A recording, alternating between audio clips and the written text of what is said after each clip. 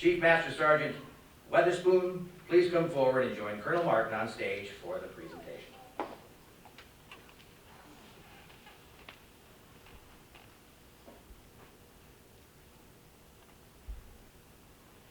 Ladies and gentlemen, I am honored to announce the Commandant's Award for Class 19-1 is from Group 1, Sergeant First Class Kristina, Manookin.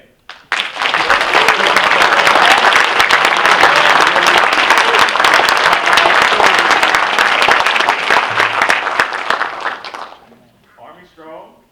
Oh.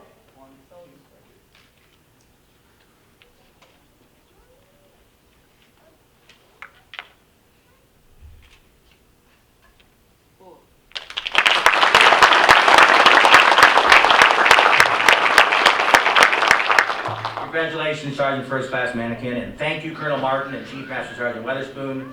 Sergeant First Class Manookin, I hope I'm saying your name correctly. Manookin, sorry about that.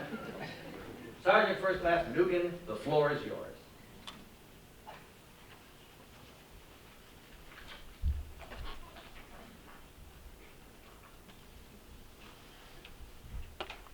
Colonel Martin, Chief Weatherspoon, distinguished guests and fellow graduates. My name is Sergeant First Class Kristina, and I am a transgender woman. I tell you this so that you'll have better understanding as I relate a recent experience of mine and talk about the importance of equality related to my personal life and to your new role as Equal Opportunity Advisor. I recently visited the Pulse Memorial. For those who don't know, it's a memorial created for the victims of a shooting that happened on 12 June 2016, where 49 members of the LGBT community lost their lives in a violent attack, and the gravity weighed heavily on me.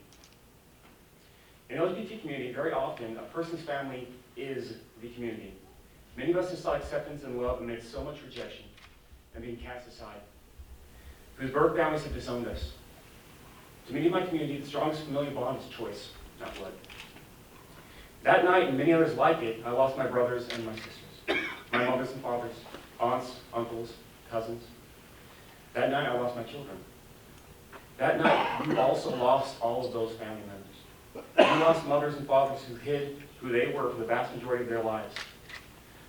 And you lost children, whose only place they could try to find themselves without fear was around like-minded individuals. You also lost a best friend that has been trying to find the words to tell you who they are.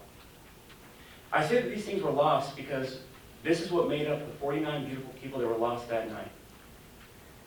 It was a place full of acceptance, of self-discovery, and of people guiding others to learn to love themselves.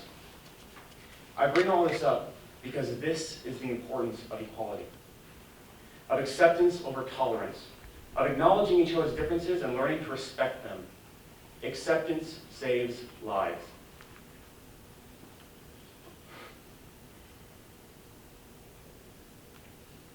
Teaching others to love those who are different rather than hate them.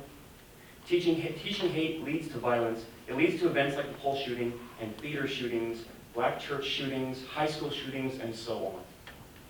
Without accepting our differences and without a shared understanding of who we are as individuals, we cannot survive. To my fellow graduates, fostering acceptance is who you are now. As our service representatives for the EO program, it is our responsibility to take what we have learned here in DEOMI and create an environment of inclusion, to recognize and truly see our respective services, and to use that knowledge to strengthen our units and our military branches. You are now, more than you've ever been, in a position to impact an entire force, a position to save lives through the EO program. And don't kid yourselves. If you put your whole self into this role, you will save lives. You will save the life of the soldier who just wants to practice their religion in peace.